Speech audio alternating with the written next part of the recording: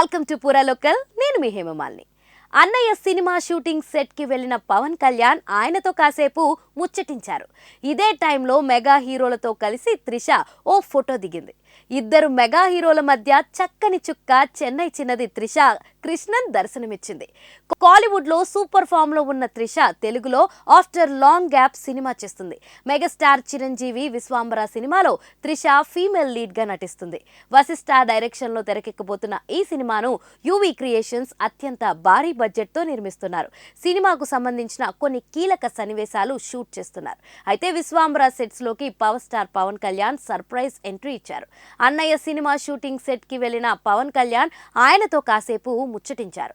ఇదే టైంలో మెగా హీరోలతో కలిసి త్రిష ఒక ఫోటో దిగింది. ఓ పక్క మెగాస్టార్, మరో పక్క పవర్ స్టార్ ఇద్దరి మధ్యలో చక్కని చుక్కగా త్రిష అదుర్స్ అనిపించింది. పవన్ తో కూడా త్రిష జత కట్టింది. లవాజ్కల్ రీమేక్ గా వచ్చిన తీన్ మార్ సినిమాలో పవన్ తో కలిసి నటించింది త్రిష.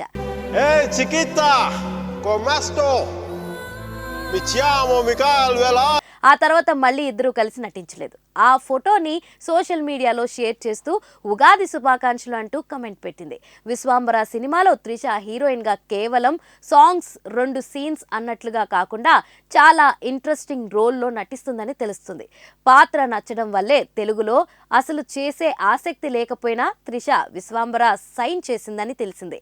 అంతకుముందు చిరు నటించిన స్టాలిన్ సినిమాలో నటించిన త్రిష మళ్లీ ఇన్నాళ్లకు చిరుతో కలిసి జత కడుతుంది. చిరు ఆచార్యలో కూడా త్రిష నటించాల్సి ఉన్నా కొన్ని కారణాల వల్ల కుదరలేదు. విశ్వాంబర సినిమాతో తెలుగులో మరోసారి తన సత్తా చాటాలని చూస్తుంది త్రిష. విశ్వాంబర తర్వాత త్రిష, వెంకటేష్, నాగార్జున, బాలకృష్ణ ఇలా సీనియర్ స్టార్ హీరోల సరసన నటించే అవకాశాలు ఉన్నాయని వార్తలు వచ్చాయి. త్రిష టాలీవుడ్ రీ ఎంట్రీ ఆమెకు ఎలాంటి రిజల్ట్ అందిస్తుందో చూడాలి. కాలీవుడ్ లో తన ఫామ్ తెలుసు కాబట్టి త్రిషకు అడిగిన దానికన్నా ఎక్కువ రెమ్యునరేషన్ ఇచ్చేందుకు కూడా తెలుగు నిర్మాతలు వెనకాడట్లేదని తెలుస్తుంది.